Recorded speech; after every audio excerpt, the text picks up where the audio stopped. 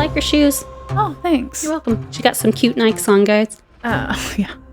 All right, guys. It's true crime time again. We hope you've all had a great week so far. And if not, we hope that this brings you a little dark joy. I'm Ryan. And I'm Taylor. And this is Pure Malice. We're back this week with part 3 of the Lake Waco Murders. If you listened to part 1 and 2, then you know where we left off. 4 men had been convicted for the murders of 3 Texas teenagers, Kenneth Franks, Raylene Rice, and Jill Montgomery.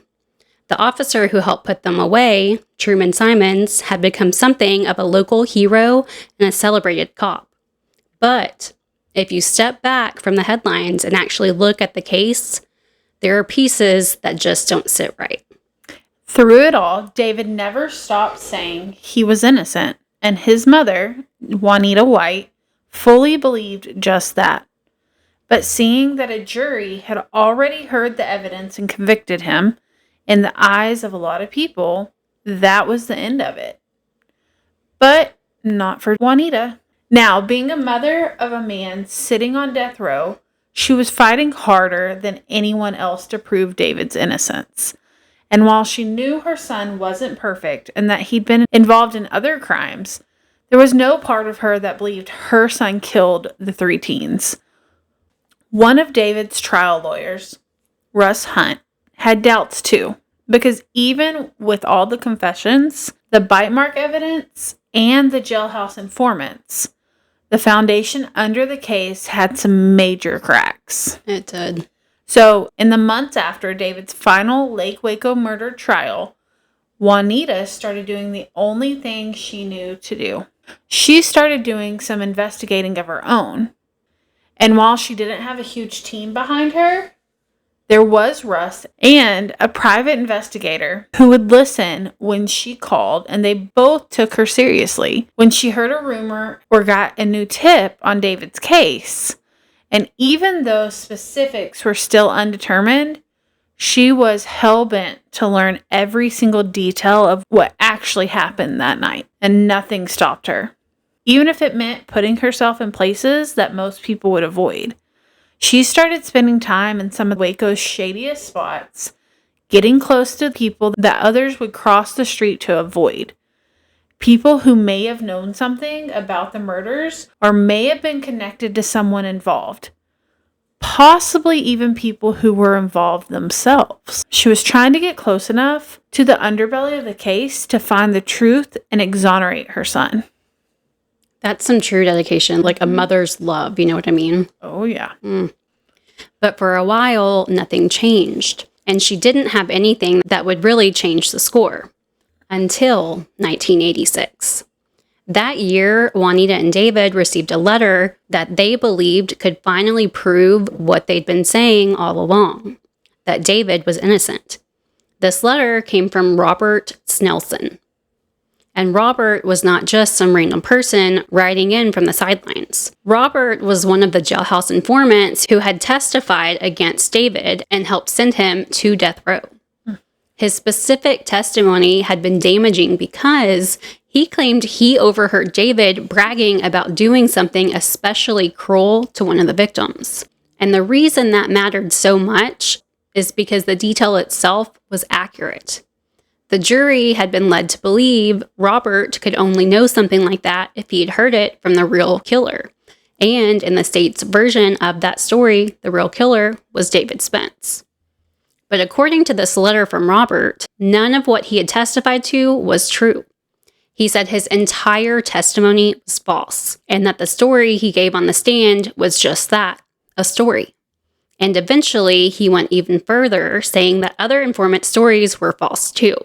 According to him, they were each getting breaks in their own cases in exchange for lying on the stand. And even though it may seem like it can't get any worse than that, it does. Because some of the informants claimed that the whole thing had been orchestrated by the newly appointed local hero, Truman Simons. Which, that's just, like, damning. I mean, it's truly, like, one of those things that is really hard to wrap your mind around. Yeah. So, they said Simons has been trading favors inside McLennan County Jail like a genie with a badge. I'm a genie in a bottle. You gotta rub me the right way. Actually, that's a really inappropriate song, by the way. I mean, it is, but it was the jam. But I didn't realize how bad it actually was. So I was like, one day listening, I was like, oh. And we sang this out loud? So this genie with a badge. Yeah. But obviously, he was only handing out wishes to the ones willing to play a little daddy ball. And the mission, according to these claims, was simple. Send David Spence straight to death row and the busiest execution chamber in the country. And I mean that literally, because by the end of the 1980s, Texas had firmly established itself as the state with the most active execution chamber in the country, a trend that continued into the 1990s and 2000s. Little fun fact for you. Yeah, just in case you wondered. Mm-hmm. So now at this point, you're probably asking some of the same questions we were asking. How could Simons even get these inmates deals? He wasn't on the police force anymore. So, like, how is he making these charges disappear and helping inmates get breaks in their cases? It's a great question. Well, every time this gets brought up to Simons, his response is basically the same. Come on, guys. I don't have the power to dismiss anyone's charges. I'm just a security guard in jail. Which is true, he was, so he shouldn't have had that power. Exactly. So technically, like you said, it's true. Mm-hmm. Simons didn't have the power to cut deals. But who did? Let me guess. District Attorney Vic Feazell. And by now, we already know Vic Feazell was behind Simons. So if Juanita was determined before that letter arrived, reading it now only poured gasoline on the fire. Well, now, dang. I don't want to say gasoline. Yeah. I just don't know the rest of the words. Anyways, so according to Michael Hall, Juanita got the letter to Russ Hunt, which was David's trial lawyer. And Hunt made copies of it and then starts sending it to people who matter in this case, including the U.S. attorney. Because he agreed with Juanita. This letter could be the game changer, that grand slam that finally proves David's innocence. Juanita also calls the private investigator that she'd been relying on whenever a promising tip came in. And on Friday, February 28, 1986, happy birthday, Brittany. Almost. Well, yeah, 3 days. Anyways, so February 28th of 1986, she calls him and tells him she has it. The thing that might finally bust a case wide open. Busted wide open. Busted. Dang it. Yeah. How come every single one of these triggers some sort of song? A song, man. I know. My entire section is songs. Just one after another. This is how my mind works. Nostalgia. Oh, anyways. All right. So she believed she knew what happened. And now she believed she had a witness who could help her prove it. But within days of making that call, Juanita White was found dead, murdered inside her home. That is crazy. It is. On the night of March 2nd, 1986, almost 4 years after the Lake Waco murders, officers responded to a suspicious death at 1516 North 16th Street in Waco, Texas. And at first, you can understand why the connection may not have been obvious. Juanita and David did not share the same last name, and in the years that passed between the murders of Kenneth, Raylene, and Jill, many other cases had come and gone. And in the public's eyes, and the eyes of Waco PD, the Lake Waco murder case was already finished. So when Detective Jan Price is dispatched to Juanita White's home, she's not walking in thinking, I'm about to investigate the murder of David Spence's mother. To her, at least at first, this is just another homicide in Waco, Texas. So when officers approach the front door, they can see how the killer gained access to the home. The door had been kicked in with a shoe print still visibly on it. And inside the home, Juanita was found lying on her bed. She was naked, bloodied, and beaten. And from the looks of things, it looked like she fought hard. There were marks on her body, and one of her earlobes was torn. But as Price moves through the scene and starts mentally taking inventory, Something doesn't add up. Yeah, Mike Tyson was there. Freaking Mike Tyson. I'll never forget that fight. I was watching it with Dad at the time it happened. And Granddaddy, he was there. I can only imagine Dad's commentary. I don't remember his commentary. I just remember what a big deal it was for everybody who was in the audience of the fight. Anyways, Juanita's purse is on the floor. Its contents scattered around it.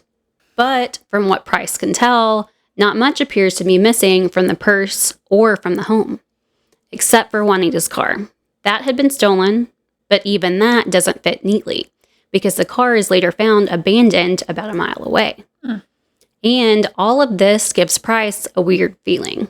Something about it started setting off little alarm bells in the back of her mind. Juanita wasn't well off, and nothing about her home, her car, or her lifestyle suggested otherwise. The most obvious thing that someone could have pawned was the TV. But the TV is still sitting there, untouched. So why would someone break into this house in the first place? Nothing suggested the killer moved through the house, causing chaos everywhere. Meaning that most of the house didn't appear to be ransacked. It seemed that the focus was mainly in the room where Juanita was found, which was believed to be her bedroom. Seeing how she was found, the obvious first thought as far as motive goes is sexual motive. But at this point, Price can't say that for sure. Not yet. They still need to process the scene, collect evidence, and then send Juanita's body off for autopsy. So crime scene techs get to work and the scene is processed. Juanita's body is sent for autopsy. And in the mix of those things happening, Price learns exactly whose mother this is. And that makes what happens next more telling. According to Michael Hall, Detective Price gets called right back to that same address only 7 hours after the last crime scene technician leaves. Crazy. Someone reported a break-in. So Price returns to Juanita's house for the second time that night. And once officers clear the house, she starts looking around, trying to figure out what someone would have come back for. But once again, nothing seems to be missing. The house looks almost exactly the way it did when she left it. Almost. Yeah, keyword. So there's one room that's different. Whoever came into the house was solely focused on David's room. His room seemed to serve as a makeshift storage unit that was full of boxes, but not just any boxes. Boxes that were full of documents, records, pay stubs, tax returns, insurance policies. The kind of paperwork that most people would look at and see nothing of value, just clutter. But buried in the clutter, there were things of significant importance. Everything that Juanita had collected about David's convictions, case files, and her own documented details from the time she spent trying to infiltrate Waco's dark side in efforts of finding anyone who could tell her what really happened that night. All the information she'd been able to gather in order to fight for her son and prove his innocence. And now, these boxes had clearly been ransacked. Papers were scattered across the floor, whereas just hours earlier, the room was untouched. And we know this by now, that in criminal investigations, there are no coincidences. To Price, this doesn't look like someone randomly broke back into Juanita White's house, hoping to find cash or something to pawn. In fact, nothing about it feels random. Instead, it feels targeted, like someone came back for something very specific. And thanks to Russ Hunt, figuring out what that specific something might have been was a lot easier than it could have been. Because Hunt had already made copies of Robert's letter and sent it to the people who mattered. Word has already spread that this letter was quite possibly what the person had been looking for. But that brings up another question. Why kill Juanita if the letter was already circulating? Like, what would be the point? Unless whoever did this didn't realize copies had already been sent out. Which makes total sense. It does. Or if they wanted the original letter versus a photocopy. Yeah. Either way, Price understands the significance of it, and as the next 24 to 48 hours unfold, the significance intensifies. Because Price hears through the grapevine that someone outside of her agency has been hounding the Dallas County Medical Examiner's office for preliminary findings on Juanita White's autopsy. And immediately, that bothers her. Mm-hmm. Why is someone so eager to know what the autopsy says? And why is that pressure coming from outside of her agency? So Price starts narrowing it down, and she believes it's probably someone from the district attorney's office or the sheriff's office. And when the autopsy report finally comes in, there's no explosive revelation, no shocking twist that suddenly explains everything. But it does confirm the brutality of what happened to Juanita. Her cause of death was a combination of blunt force injuries and asphyxiation. A sexual assault kit had also been performed, and the results show that Juanita had been sexually assaulted. Now, this is 1986, so obviously DNA testing is not an option here in the way that it would be today, but the kit still confirms that a sexual assault took place. So, Price does her best not to let the fact that someone is snooping around get under her skin, because ultimately she still has a job to do. Mm-hmm. That is until a week later when Price is hit with a decision she clearly didn't see coming. Michael Hall reported that within a week, DA Fazell barges in and basically says, "Thanks, but we've got it covered." I'm putting Truman Simons on this. Oof. Somehow, Price is not completely pushed out, though. So someone gives her just enough room to keep connecting the dots.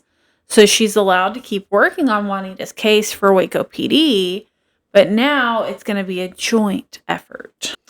And sure, it sounds, reasonable. Multiple agencies mean more resources, and you would think that would be helpful in an investigation like this. Yep, you would think. But for Price, it doesn't feel helpful. It feels unsettling. So even though Simons was now perceived as this celebrated figure to Waco residents inside of Waco PD, the stories about Simons were not exactly glowing reviews. They were more like proceed with caution. Yeah. Flashing lights, red flags. Big old sign all over him. Yeah. The kind of stories that get passed around the station because everybody knows them, but nobody really knows what to do about them. Mm. So, what a terrible thing, too, to have your colleagues, your coworkers think and feel about you. Mm-hmm. You would think, but I'm sure it didn't bother. Yeah, and some people, their ego's too big. Mm-hmm. So, while Waco residents saw him as the man who helped solve the Lake Waco murders, some of his coworkers saw something else entirely. They felt he was difficult, untrustworthy, a man who worked better alone. So, as Price transitioned into working the case with him, she does so with caution, like very cautiously. Knowing that this case matters, she does what she can. She keeps her eyes and ears open while giving it her best shot. I mean, really, that's all you can do as a professional, Yep. So red flag number 1 shows up in Price's very first conversation with Simons. The kind of sentence that makes every alarm bell in your body start screaming. Simons tells Price that his old friend and former colleague, Officer Dennis Bayer, has been told by an informant, another informant, that someone saw a black man getting out of Juanita's car around the time that it was abandoned. And when Simons follows up with his own informants, they give him a name. Of course they do. Calvin Washington. He's a 31-year-old man with a criminal record. And conveniently, he is already in custody on something related to Grand Theft Auto. But in this case, everything seems just a little too perfect. And per usual, things are never what they seem to be. So remember how we said that Juanita fought back? That she had marks on her body when she was found? Well, somewhere along the way, those marks became bite marks. What? Or at least that's the direction the investigation starts moving in. Later, Simons claims Price was the one who called them bite marks first, but Price doesn't seem to remember it that way. But regardless, the label sticks. And now they're not just looking at injuries on Juanita's body, they're looking for a mouth to match them to. According to Simons, he and Price talked it through and mutually agreed that they needed to get a dental mold from Calvin, Washington. But Price tells that story very differently. In her version, this wasn't some shared investigative decision where they both looked at the evidence and landed in the same place. It was Simons pushing the case in a direction that already had Calvin's name written all over it. She basically says that by the time they had their first conversation about the bite mark theory, Simons already had Calvin Washington's dental mold, so somebody is clearly not telling the truth. But who? I have one guess. And whoever it is, that lie is not small. That kind of lie can put a man in prison, possibly forever. But either way, the mold exists now. And whether Price agreed from the beginning or got pulled into something already in motion, she and Simons end up moving forward with it. Which means now they need an expert. And that expert is Jim Hale, a Dallas-based forensic odontologist. And once Hale reviews the autopsy photos and the dental mold, he comes back with exactly what Simons wanted to hear. He says, yes, those injuries are bite marks. And not only are they bite marks, they also match Calvin Washington. But that doesn't necessarily mean that he acted alone, because now Simons has started hearing yet another name from his informants. This time, it's a 19-year-old named Joe Sidney Williams. This is supposedly Calvin's partner in crime. And as it does for me, all of this obviously felt a little convenient for Price. And this is where I knew that I liked Price. Me too, man. Me too. So Price isn't playing around. She goes to the courthouse to see exactly what favors are being exchanged with informants for them to come forward. Like, she just wants to know, what is the incentive here? And what Price finds out. It's not exactly reassuring. Several of Simon's informants are getting their charges completely dismissed. Crazy. And that's not all. Somehow, Price also learns that while she is supposed to be working this case with Simons has allegedly been telling his informants not to talk to her if she comes around. So now Price is not just suspicious, she is pissed. And honestly, she has every reason to be. Like, it's supposed to be a joint investigation. Then, why is he warning witnesses to not talk to her, stay away? That's a great question. So, this is where their so-called joint efforts really start to crack. Not long after all of this, Joe Sidney Williams gets arrested, which makes it even easier for Simons to start digging into him. And while Simons is locking in on Joe, Price is looking somewhere entirely different. Just a few months after Juanita White was murdered, another local woman was attacked inside of her home in May of 1986. She's brutally assaulted by an intruder, beaten with a hammer, sexually assaulted, and left for dead. Brutal.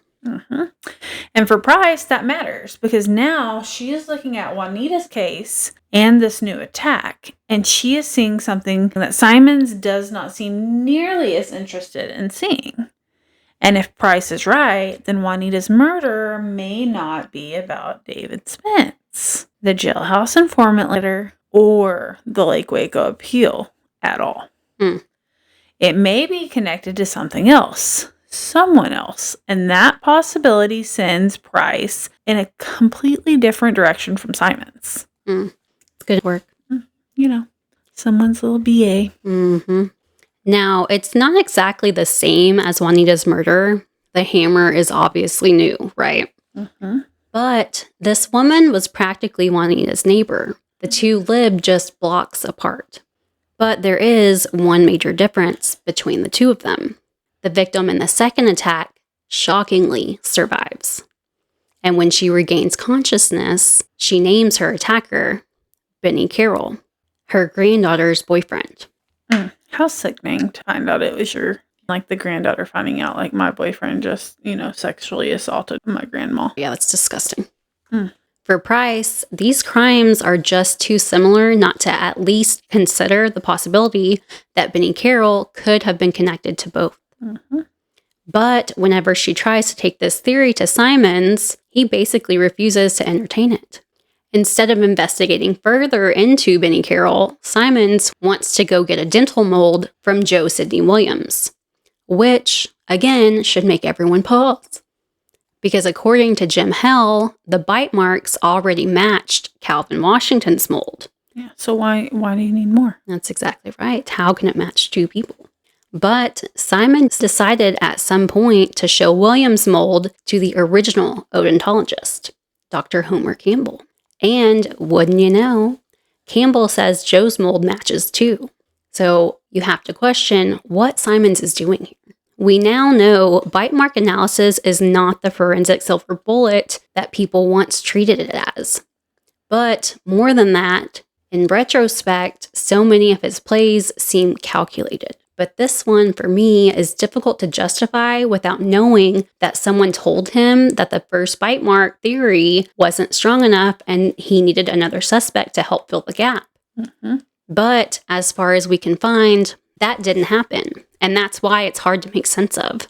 Despite this, Vic Feazell believes he has enough, and in July of 1986, he holds a press conference announcing that a grand jury has returned murder indictments against both Calvin Washington and Joe Sidney Williams. And according to Simons, this is another win for Waco.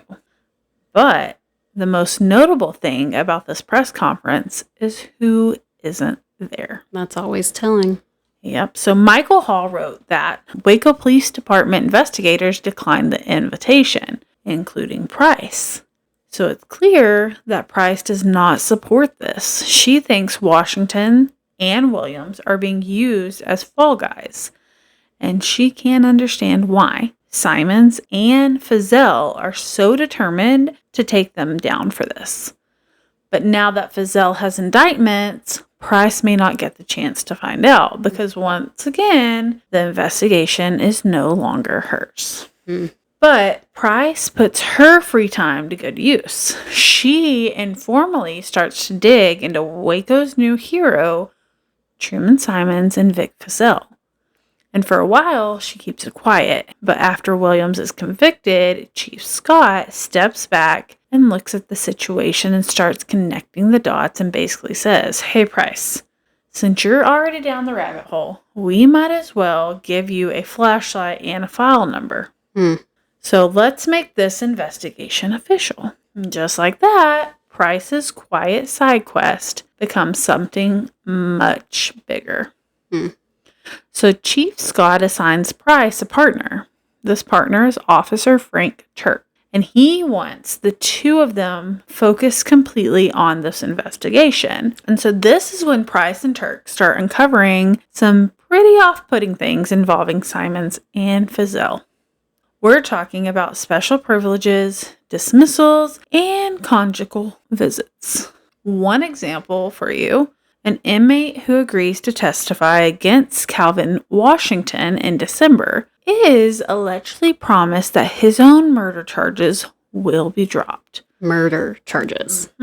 Because at this point, it seems that Simons and Feazell are so dead set on Calvin Washington and Joe Sidney Williams that it's almost like tunnel vision. So Michael Hall reported that almost within days of Chief Scott making Price's investigation official, Feazell subpoenas both Scott and Price to appear before a grand jury he convened to investigate them, claiming that Price's investigation basically amounts to witness tampering. That is so suspicious all on itself. So now Price is standing at a fork in the road, but she eventually agrees to briefly pause her investigation until after Washington's trial the following month. And she's not happy. I can imagine. But she hasn't forgotten what is at the root of all of this. And on the same day Feazell orders her to appear before the grand jury, Price walks up to him and says straight up, "When I'm done with the White case, I'm going to look into the Lake Waco murders." Bold words. Yeah, pretty brave. So, like Williams before him, Washington... What just came to my mind this time? What? I don't fuck with you. That's like perfect for that moment. I don't fuck with you. Okay. I don't give a fuck. I don't give a fuck. And we can't even put that on there. Okay. Like Williams before him, Washington is convicted in December. Williams' guilty verdict was built on bite mark evidence and informant testimony. Washington's case, from what we can tell, rests almost entirely on informant testimony. But Williams and Washington are at least spared the death penalty and instead are both sentenced to life in prison. Obviously, these convictions are devastating news for anyone who believes that the two men are being scapegoated for a crime they did not commit. But it also means Price and Turk's investigation into how all of this happened can finally pick up where it left off. And everywhere Price and Turk look, they seem to find more evidence of questionable conduct, at the very least, by Simons and Feazell. And that evidence does not stop with the Juanita White case. It traces all the way back to the very beginning of the Lake Waco murder case against David Spence and the Melendez brothers.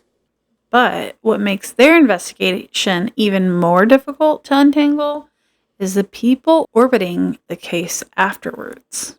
The informants and the ever-changing versions of their jailhouse stories.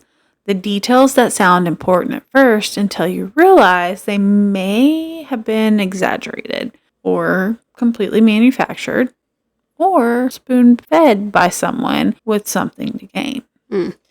And that means that trying to separate what was real from what wasn't became a grueling task. Truly. And as that realization hits Price, the question now isn't just what's happened, it's also who can we trust? Oh man, and that would just be difficult. So she tries to get the FBI and the U.S. Attorney's Office to step in and take a look. But neither one of them is interested. And even though she has no doubt Calvin and Joe are innocent and that this huge injustice has been done, Price is stuck screaming into the void because knowing that and correcting it are two very different things. And this is where we're going to leave you. Dun, dun, dun. Until next time. I'm Ryan. And I'm Taylor. And remember, it's not just crime. It's pure malice. Don't forget to follow us on Spotify, Instagram, TikTok, Facebook, YouTube, wherever you listen, wherever you watch. And before you go, leave us a comment and tell us your thoughts on this case. But keep in mind, this case has 4 parts to it, guys. So whatever you think you know between episode 1 and 2 doesn't mean you know it all. Also, be kind. Please. That's all. Did this, actually both my kids did this for Mother's Day. At school it was like, what does your mom always tell you? And all the things are like, my mom always tells me to be kind. And I'm like, oh, you're learning something. Did mom always tell you that growing up, or is that just something that you just kind of tell them? No, I just tell them. Oh. Don't be an asshole. Be kind. Oh, that's good. I don't feel like mom really told me to be kind because I was the nicest one. Well, it's not that she told me to be kind. She always told me to kill them with kindness because everyone else was such an asshole all the time. Oh, I got picked on a lot, so she'd just say, kill them with kindness, you know. Yeah, I didn't get picked on like you. Yeah, that's fine. I'm good. Only bare minimum trauma from that. Oh. Yeah, the trauma. Better not. Anyways,